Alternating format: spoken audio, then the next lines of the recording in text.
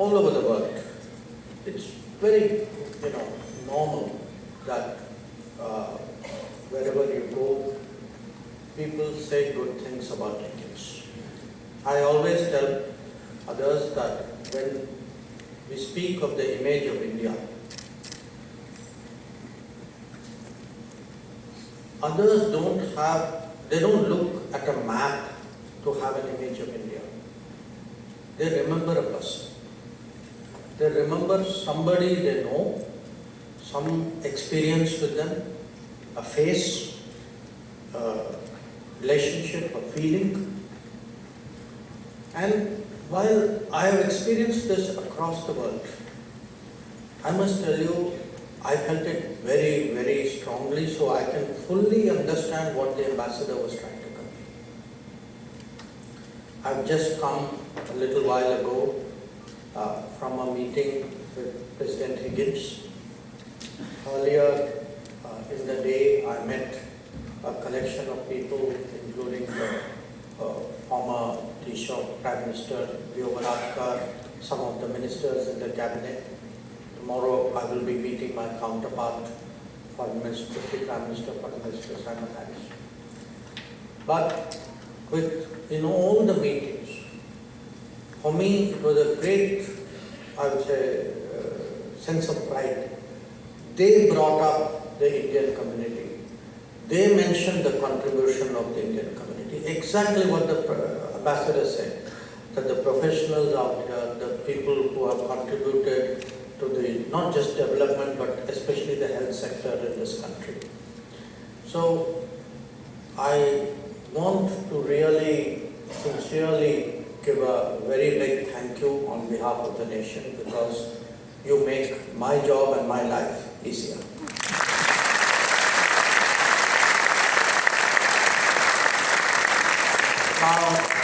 Now, when you prepare for a visit, you take your job reasonably seriously, professionally. They give you a lot of folders. They will say, these are the problems. I must say, with Ireland, the preparations were very easy. There were no big problems. There were mostly good things which they told me. And I found, trade was reasonably good, about $16 billion at least, maybe higher. That the Indian community, I'm now told, is almost 1 lakh. That the number of students is about, I think 13,000 was the new number that they gave me. And with Ireland itself, we have a very good tradition, and we have a very old tradition. In fact, before I came here, my immediate engagement was in the university college. And I was telling the students there that if any of you check Wikipedia, just go to Wikipedia, do India-Ireland relations. Something very interesting pops up. It's a 1920 lecture given by the person who became President of Ireland, Diarmuid de Valera, in New York, making a case why India should be free. Now, when we look at this part of the world, Europe, there was no other country, no other political force, political leadership that took that position at that time. In fact, most of this region largely stood with the colonial power. And Ireland, in many ways, was an exception because it was itself occupied. So, we've always had this very, I would say, special connection with Ireland. So when we look at how the Irish themselves have built their nation, their freedom struggle, how they have revived their culture, because the colonial period, colonial power tries to erase the culture. In fact, there is so much which is actually worth knowing, worth learning, worth thinking about. And so even though, I had official meetings, I still did 2 things today, which I'm sure many of you have done, but if you have not, I would recommend it. One, I went to the General Post Office, which was the center of the Easter Rising in 1960, where I would say in the 20th century, if there was one symbol anywhere in the world of people rising up against the colonial power, the most potent one was the General Post Office in Dublin. And as a country which fought for its own freedom, for me, that was an important first stop. And then somewhere in my programs, I found time for one other thing, which I had promised myself I would do, which is to visit, a site or a place which for them, in terms of their cultural revival, was very important. Because here is a country whose actually language was under threat, not just culture. And I went to see the Book of Kells, which is a UNESCO World Heritage site here. And I do want to tell you that for us, Ireland has been a very good partner. There are people with whom I have worked with multiple ministers, including the current one, and many of his predecessors. So, for all of you, do be assured, in fact, make the most of this relationship, because I think we think well of this country, they think well of us. We work together in multiple forums. In fact, our soldiers are even deployed together in Lebanon in the UN force. So there is a lot going for us here, and I'm very sure with all the contributions and everything that you do, it will only get better. Now, having said that, I also want you to know one other important development, which is that Ireland, as part of the European Union, will naturally get many of the advantages which will happen when our relationship with the European Union will improve. And we just last week had something unprecedented in our history, which was there was a new European Commission. So the President of the European Commission, Ursula von der Leyen, and 21 out of the 27 commissioners came together to India. They have never done.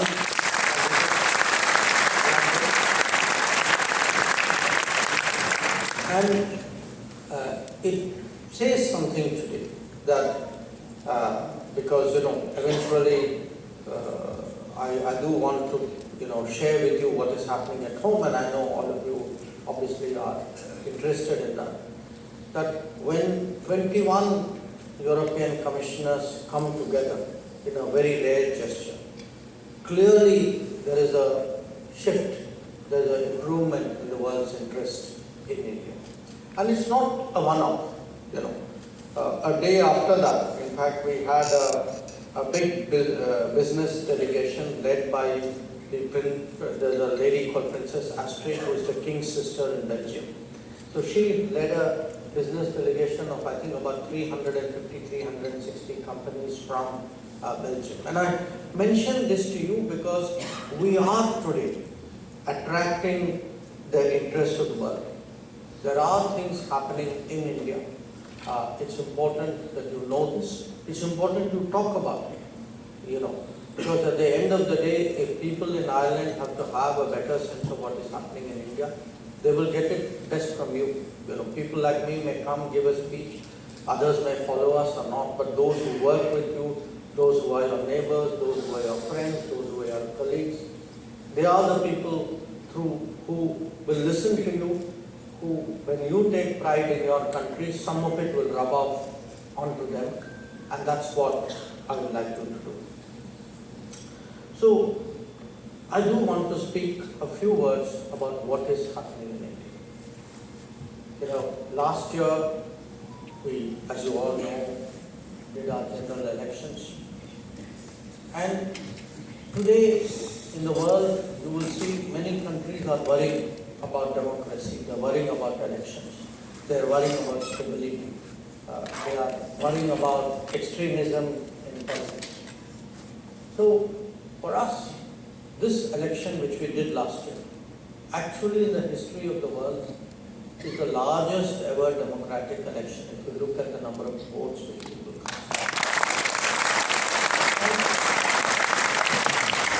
And the good thing about our elections we argue intensely, but once the elections are over, once the results are out, whoever wins, the great thing about our country is people support it. And you will get very hot arguments, but what will happen is from time to time, the opposition parties will complain and then the opposition will win an election. Then they'll feel very happy till the next election where they may or may not win. So why I mention this to you is sometimes what happens regularly, something which is so obvious, we take it for granted. I do want you all to take pride in India's democracy. Our elections are clean, they are not disputed. Today we are way, even in application of technology, we are way beyond much of the world. It's a paradox that many developed countries are using voting techniques which we put behind us many decades ago. The second is actually the embrace of technology. Now, I don't know how often you go back to India, but I'm sure with each visit you will discover that more people take their phones for shopping rather than their wallets. And the reason is, if you look today at cashless payments, you look at every government service which is based on some kind of digital delivery. Even tomorrow, if any of you have to renew your passport, look how fast the passport renewal happens because there is a database. In the old days, anybody who wanted a passport would go to an embassy. So the poor ambassador would have many of you coming there. You will have to fill in a form, you will send it by bag to the regional passport officer. Somebody will check something, it will take you months to get a reply. And the reply may not even be a good reply. And today, look at it, his embassy has access to an integrated database. They are able to verify your particulars literally in a matter of minutes. Almost every service today which is rendered by the embassy again is moving that much faster. Now, the embassies are not an exception. It is actually happening pretty much in every government office in India. So if you look at filing income tax and how fast your income tax returns are validated, approved, processed. Look at driving license. Look at any service which any government office gives today. From giving rations, to allocating houses, to issuing health cards, to making, to giving loans to people. So the digitization of India, the embrace of technology, is actually transformational. And I say this to you because if in this region there is any country which has an IT prowess, which has a digital reputation, it is Ireland. And those must speak, must spread this, how much actually today India is changing in terms of the embrace of technology. The second change, which is much more physically visible, is of course in infrastructure. That I think today I could probably say without fear of contradiction that the greatest amount of new infrastructure being built anywhere in the world today is probably in India. And again, it's happening in front of our eyes. Because it is happening, we take it for granted. In fact, we not only take it for granted, all of us, including me, sometimes even complain, that road is blocked, why are they digging here, why do I have to go through that inconvenience? But every part of it, something is happening. And if you look back, sometimes when we reflect on the last 10 years, 10 years ago, we had 75 airports in India. Today we have 150. That means in 10 years, 75 new airports have come. So if you go to any other country and say, you know what guys, I built 7 to 8 airports a year, new airports a year, I don't think they believe it. Now, it isn't just the airports, it's the highways. The highways, the quality of roads. Any of you who's going back to your hometown, please reflect on it next time. How much easier your ride was as compared to the previous days. And the reason is, when you look at the raw numbers, we are actually building close to 30 kilometers of highway a day. We are building about 12, 14 kilometers of railway track a day. If you see again, any of you who uses the railways, you look at the change in trains.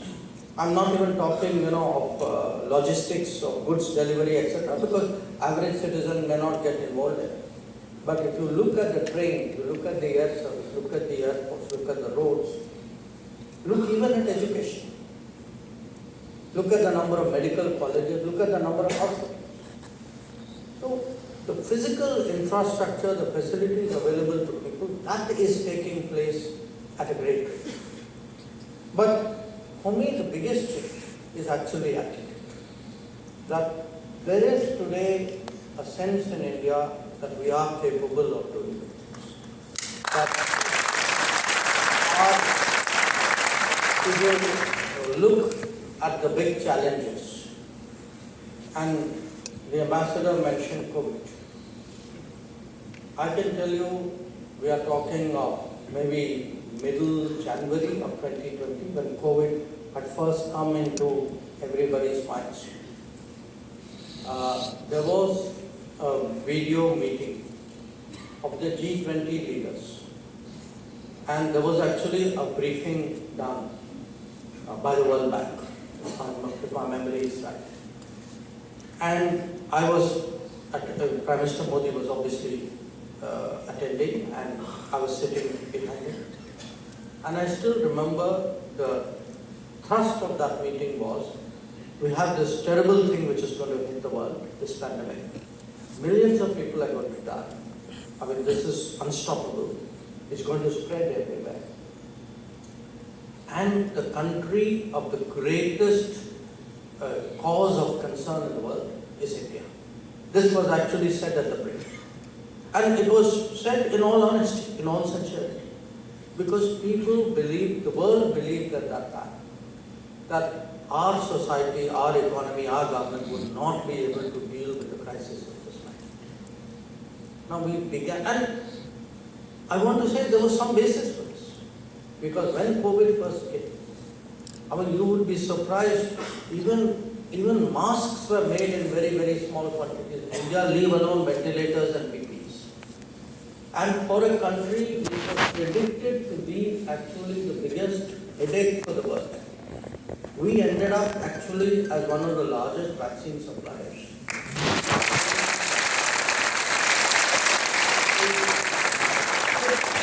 We actually ramped up our medicine production. Sometimes I was not sure whether I was a foreign minister or I was an agent for taking medical inquiries from the world. We sent medicines to 150 countries, and interestingly, a lot of them were European countries who were calling you up and saying, and they were running short of very basic things like paracetamol. That medicine shortage, later vaccine shortage, the other, the PPE, the gloves. So what it showed us was that we had the ability to rise to a challenge, a once in a century challenge.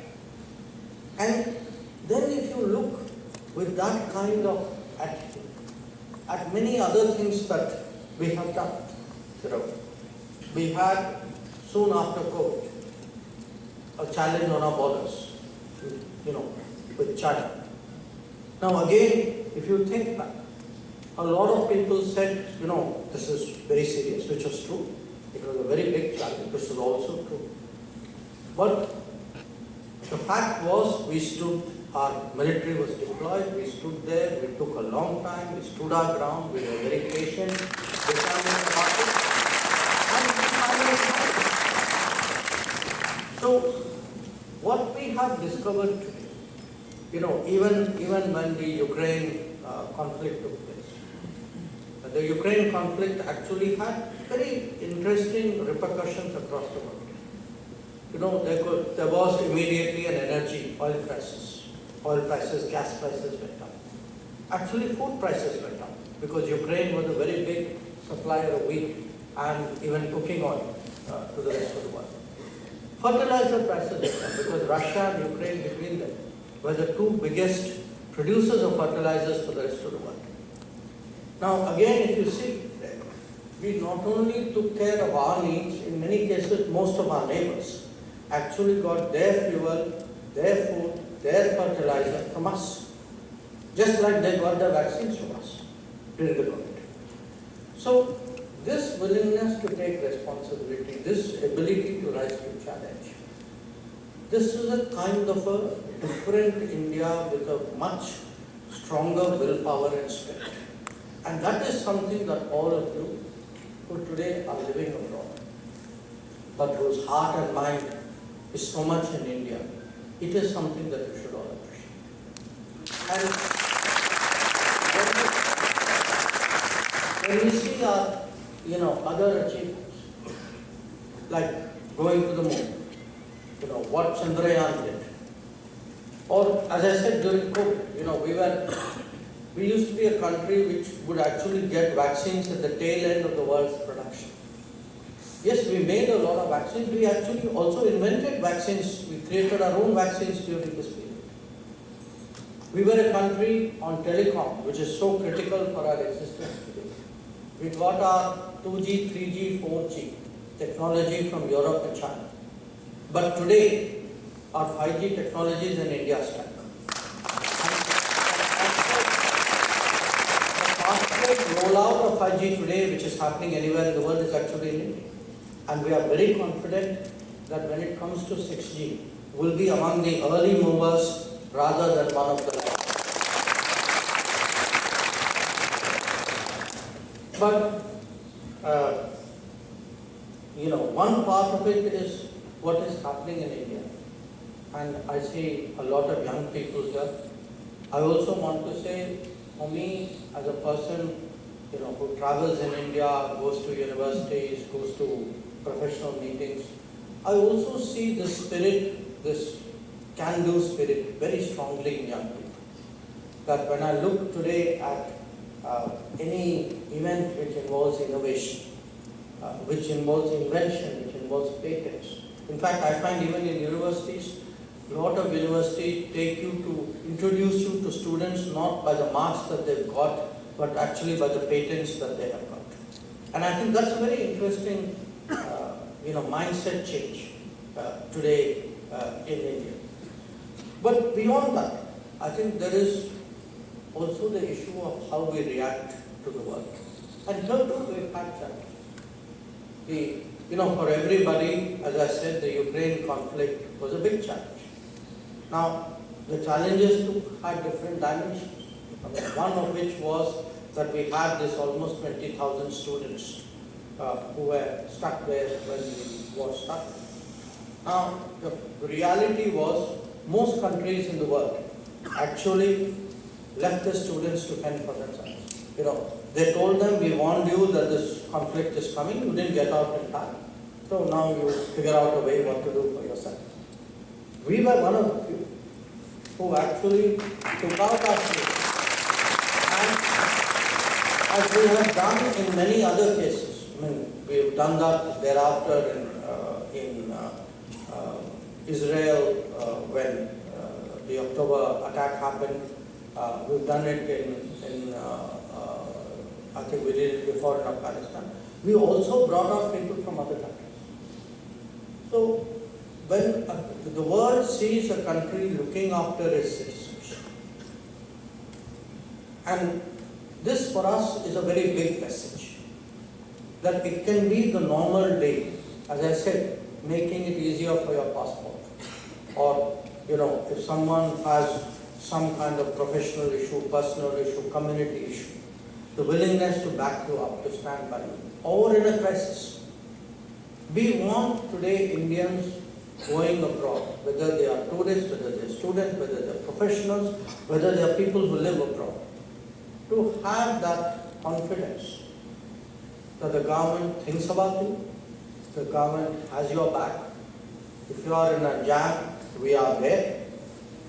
And this is not just a statement. It is a commitment which is backed by a system, which is, as I said, based on applications of technology and creation of a certain structure of action. There is also, of course, we live in a world where countries depend on each other. I think again, we have in many ways in recent years gained a better reputation, not only for defending our own interests, but also for standing by others. Now, standing by others can have again different kinds of examples. We had a neighbor, Sri Lanka, who got into very, very serious trouble. I have early in my career lived in Sri Lanka for a few years. I know that society. And in front of our eyes you could actually see a country running out of food, running out of fuel, literally running out of money. And our stepping in at that time, I think actually turned Sri Lanka around. Now, again, there is a message in that to our neighbors as well, that we are today seen as a country on whom the region can depend. I'll give you a very different example. We had the G20 presidency. For years, in the G20 there is one African member, South Africa. And there are 54 African countries. So there was a long-standing feeling that, look, there should be more countries and the African Union at least should have a seat. For 10 years, I have myself been attending G20 meetings. Every meeting they would say, yes, this meeting we should do it. Then they'll say, yes, somehow, sorry, Africa, we got very busy. So the next guy will do it. This went on 10 meetings, one after another. And the one before us, the head of the African Union actually came to Prime Minister Modi and said, look, every meeting you people make this promise and you don't do this. And he promised them. And we actually delivered on that promise.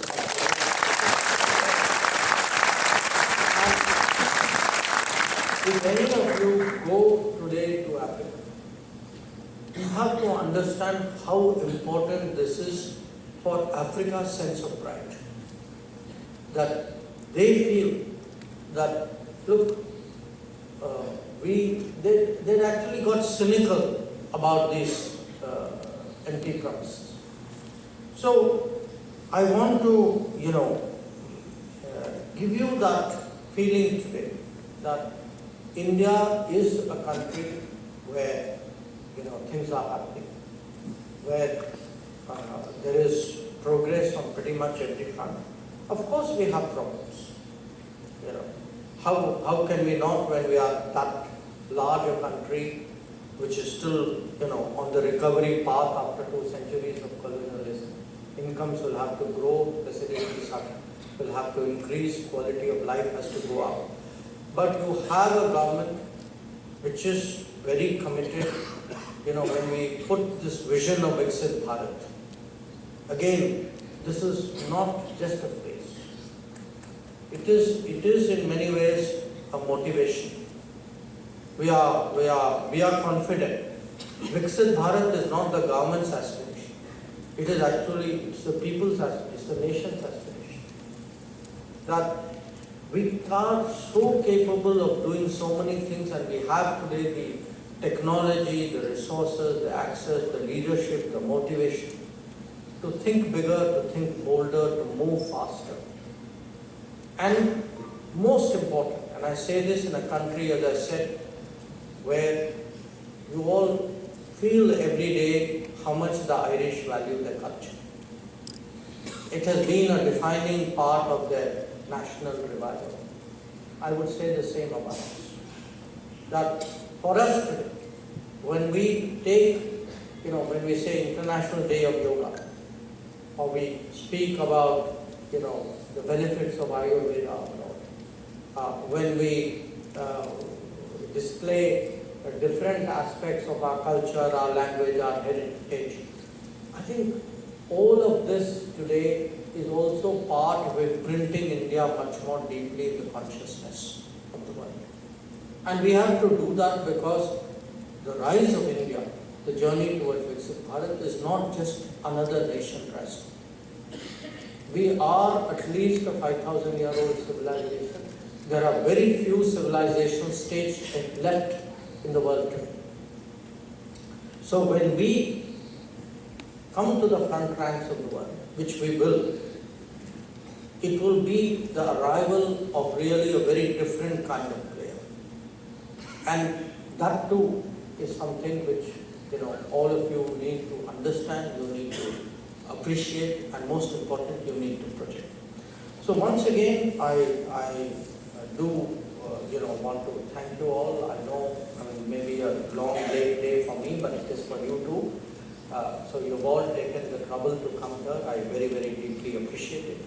But again, as I said, I'm very hopeful that, by coming here, by engaging my counterparts, I'm able to sort of give a certain additional energy into this relationship. This is a government, this is a country, these are people who are very natural partners of India. You can feel their goodwill and their hospitality and their welcome every day in your own lives. So you don't need me to tell you that. But I do need all of you to ensure that this relationship keeps growing, that the understanding of India keeps increasing, and that the respect for India and the value which India brings for the world is increasingly recognized here. Thank you once again.